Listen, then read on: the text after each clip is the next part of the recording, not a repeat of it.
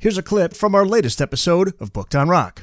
Robert Margouleff, his memoir, Shaping Sounds, Stevie Wonder, DEVO, The Synth Revolution, and My Life Behind the Music. You described DEVO as wanting to put an alien head on an R&B body. What did that phrase mean to you in musical terms? Well, just as a quick aside, the thing is this, the Devos love R&B. They grew up listening to R&B. So when I came on board, I made really sure that the bottom end of their records was really R&B. The band was a small band. It was not meant to have lots of overdubs. It was a simple band. Everyone played their part, one part each, right? When they played together, it was an ensemble, but it was more like a string quartet. It was tight and it was together, but it had an R&B bottom end. And I made very sure that that stuck, that the bottom end, the kick in the bass, or the R&B had the R&B feel. And then they put the monster on the top, but it was an R&B body with an alien head. That's what DEVO is. Yeah. When you first heard it, do do do do do, bing, ding, were you thinking 5 up, 2 down, da da da da da, 5 notes, bong bong, 2 notes down. Very simple, very easy to remember, very impulsive feel. Those guys are marvelous. Mark is a marvelous songwriter. Jerry knows how to really write the lyrics. Jerry is a real politician.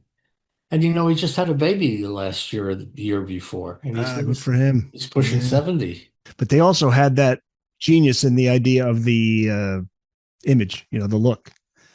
Yeah, when you look at their live show, you can see when you look at their live show, you really realize how really tight and highly organized they are.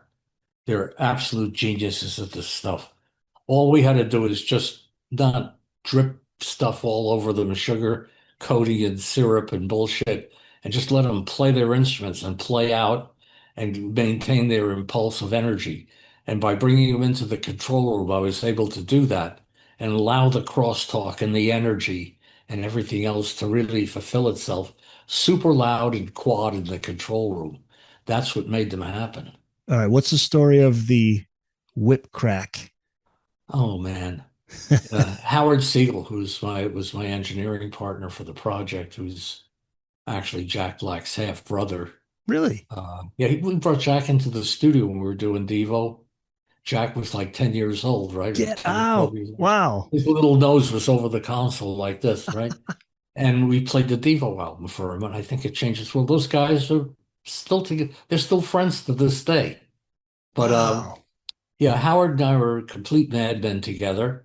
And there's this long hallway going down from Studio A to Studio B on one side, and then the other side was the canteen and the jacuzzi and stuff and offices.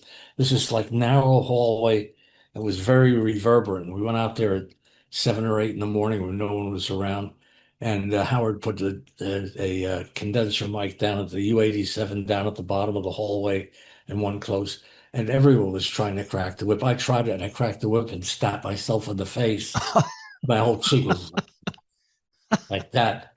And I think in the end, I think it was Jerry that finally got the whip crack. We recorded it. And then, of course, there was no digital anything. So we had to fly it in at the right place, spin it in with another machine. And then we put stuff on top of it and stuff. But it was tricky, but it was fun. And the story remains as a wonderful story. And those records are very earthy and very hands-on. There was no digital anything. And the variation in it is, again, what makes that stuff magical and compelling is the fact that the irregularity, it's the bird flying across the hedges. You watch the bird, you don't look at everything else. You just look at that one little 6-ounce little thing flapping from one end of the parking lot to the other. That's the way music is. You want that. You want the magic. You want the unpredictability. You want the irregularity. That's what makes great records happen, is that the magic of that. Listen to the full episode wherever you get your podcasts.